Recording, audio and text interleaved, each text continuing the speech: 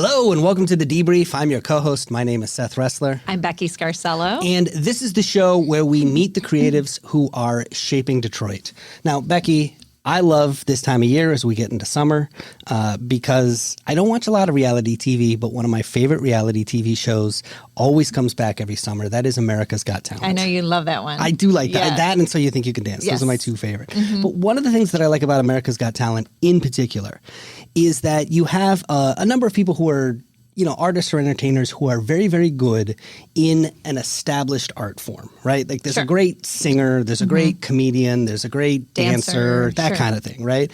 But what really comes out in this show, and it always takes me by surprise, and it's always the thing that impresses me, are the artists and entertainers who do something completely different, left field, really offbeat, unexpected, right? They'll combine things that you might not expect. There may be a clown that mimes and then bursts into song, right? There may be somebody who's really good at finger snapping. There may be, somebody who, one of my favorite was Tape Face, who was this mime. Yes, you I remember that? And he came out with the puppets and the oven mitts, and they started singing. I saw him in Vegas. I'm not going to lie. I went and...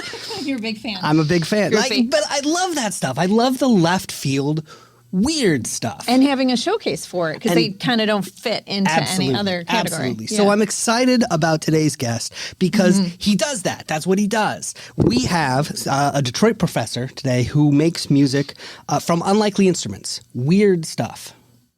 We're going to find out what that weird stuff is. But he's a computer musician and educator. He's working at Wayne State University. He was awarded the Kresge Artist Fellowship in 2020, and he won the Night Arts Challenge. And before I introduce him, I just want to give you a sample of his music. Here it is.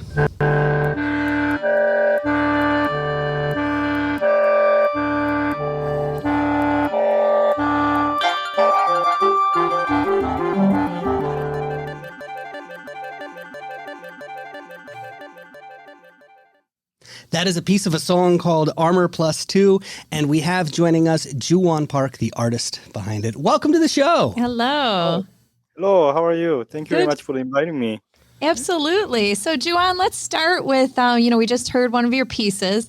What did you use? What kind of unconventional means did you use to produce that? Well, it's kind of a mixture of a very conventional instrument, clarinet, and perhaps an unconventional instrument, a computer program.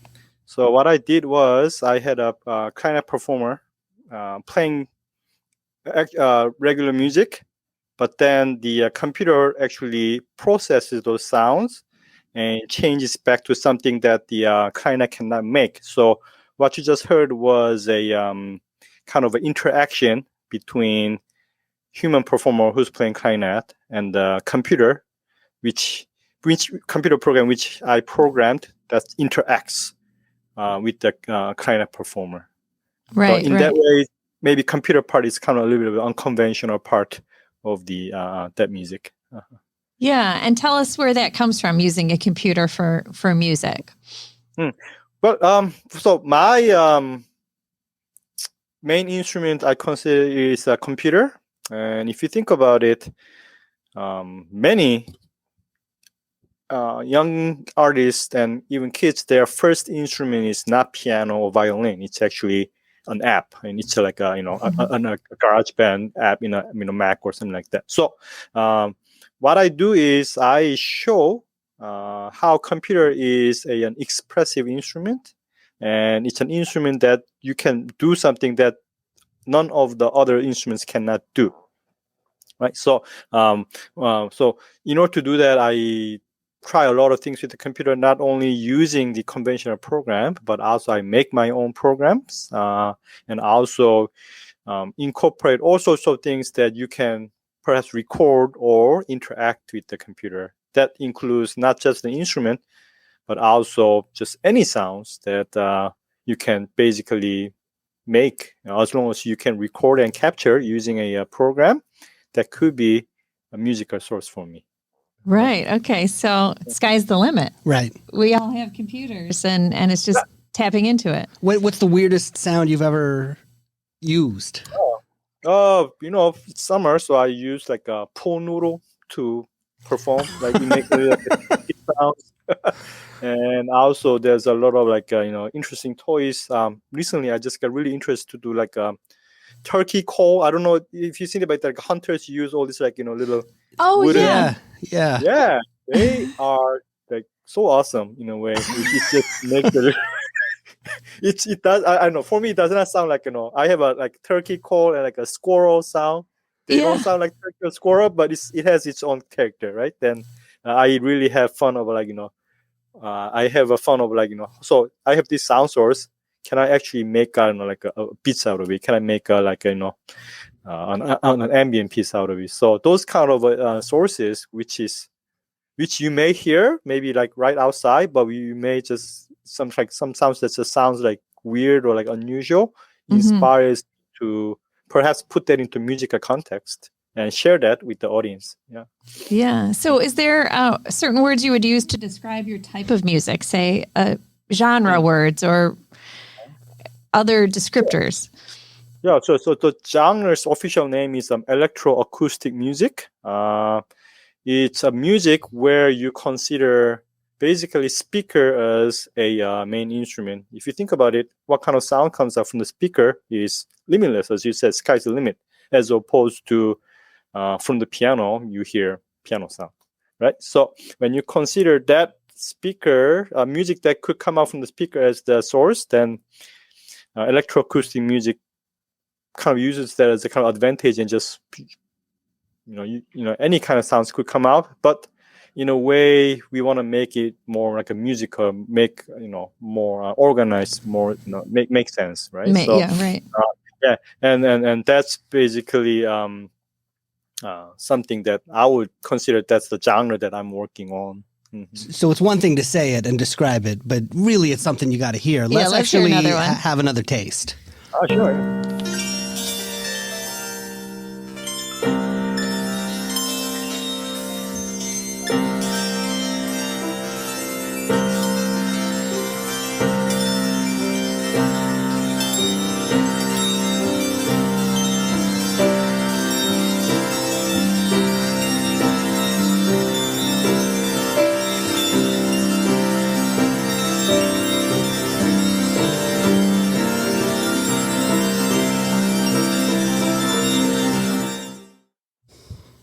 Okay, so that piece is called Dubious Toppings. Can you describe for us what you did to create that? Sure. This is a recording I made with my electronic music ensemble. And in here, you heard me playing a piano with about 20 performers playing on a laptop, right? So Wow. each performer was, so imagine there's like a piano player, but also you are surrounded by like 20 people who's playing a laptop, as a computer as an instrument, right? And then they are using a program that I made, which would make a note when you like a type name of a topping of a pizza, right? So they're basically typing like pepperoni, ham and cheese, pineapple, right? And then each letter actually has its own pitch, so that's what you heard, like this tinkling sound. So whole piece is actually about it's themed around pizza toppings. That's the name, the title. So Deliciousness for the ears. Yeah. So that's something I like to do. I mean, it's something that I think it's 20 people on the stage with the laptop, with the piano, and the sounds that you can make on that kind of combination should be unique. I mean, I don't think I wanted to make a sound that I just cannot do it. For example, like with the string quartet or like a jazz band, right? So, and then there should be a kind of good reason why I have 20 people on the stage with the laptop. Otherwise, it looks like you're on a computer lab, right? So Right. So it's yeah. So hope it's when you see this kind of a performance, computer becomes hopefully an instrument, and for the yes. Yeah, well, I want to ask about that because I feel like so much of modern music is often, basically musicians sitting around in the studio figuring out how to make cool sounds and things that look cool, and then when it gets to be time to go on tour, they got to figure out, how do we recreate this on stage, because this is much harder to do. What is it like from your point of view? Are you doing the same songs on stages and performances that you're doing, or is it something completely different? What does that look like?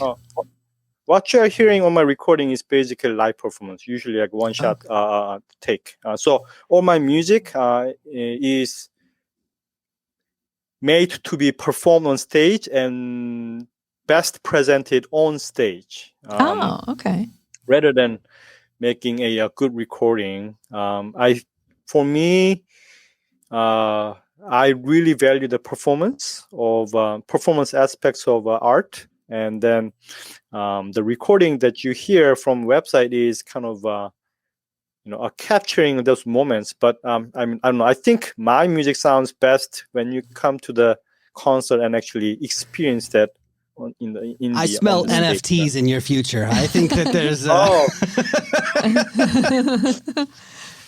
Right. Go ahead.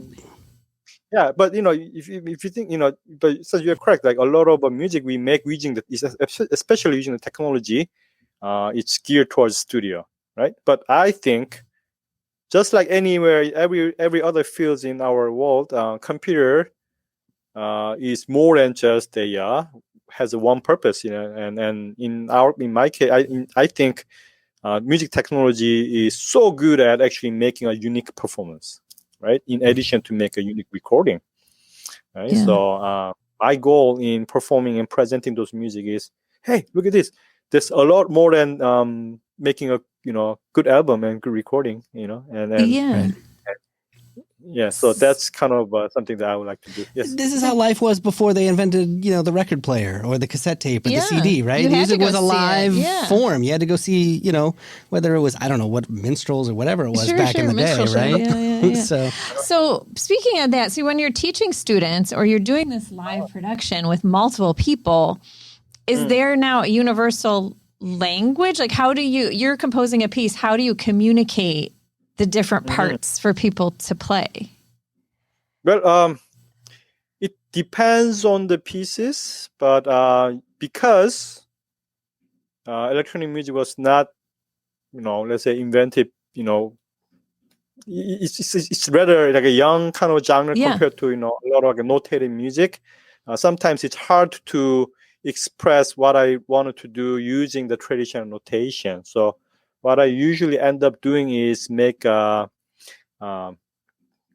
notation, basically make up something that's specifically for the piece, right? So, for example, like a dubious toppings, I would like to hey, so in this section, type your favorite pizza toppings, but count like 2 between the, between you write it. So there's like a description, graphics, and so. Yeah, a lot, whatever I can actually use to communicate. Sometimes I use a video to cue, right? Timing. So I will show a video, maybe like doing now, like that, offside, right? So, anything that could actually kind of make ensemble play together, usually ends up being like something other than quarter notes and half notes on the on the. I'm just imagining him sitting there going, "We're gonna play a pizza. It's gonna be in the key of pineapple, and throw some ham on this end." Yeah. Oh, that's the usual conversation I actually had to have with that piece. Fun. Okay, don't there's too many like pineapples right now. Like just something else. Yeah. So you mentioned like these pool noodles and the squirrel noises. Have you worked with instruments that just didn't work out, that you experimented with and that just didn't sound good? I mean, I think it was good, but then it didn't really work well on the high side. Like for example, like a bathtub. I mean, I fill out the water with the bathtub and just like pull off the plug, and I thought it was gonna be like really cool sound, but it was just I mean, you could not distinguish with any other water draining. It could have been like on like a toilet, it could have been in a sink. So I thought it was gonna be good, but then it was just a water sound. I don't know. Sometimes So it's got to be unique. It's got to sound Different. yeah. That makes sense. Yeah, So- something has to become unique. A lot of the failure I actually made was like perhaps, as you said, like I thought it was gonna be like something like interesting, but then it was like, oh, I heard that sound like on the street, like every time, like for example, like car sound is hard. I mean, it's somebody driving on a highway in Michigan and highway in Ohio, highway in Miami, all pretty much the Right. No sense of place. Right. No, that makes sense. Yeah. Yeah. All right, Juan, we've got one last question that we ask everybody who comes on the show. Here we go. Sure.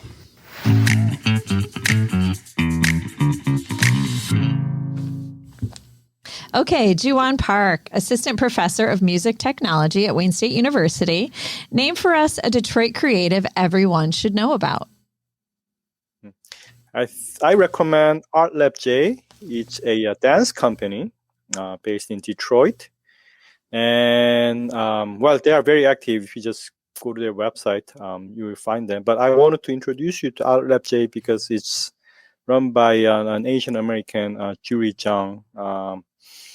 These days, I think representation matters, and there's a lot of interesting thing going on in Asian American art community in Detroit. And I think Julie Zhang is doing a very special thing to promote art in her own way. So I would like you to check out Art Lab J when they have a show. Yeah.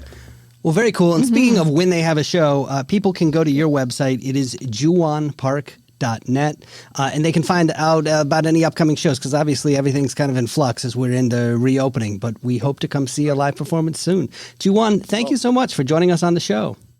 All right. Thank you so much. It was fun. Thank you so much. Thank you. All right, that's it for us here at The Debrief. I'm Seth Ressler. I'm Becky Scarsello. Lots of ways to find the show. You can find us on Apple Podcasts, Spotify. Some of these episodes we put up on YouTube as well, or you can just ask Alexa to play The Debrief podcast. Until next time, Detroit's moving. Keep up.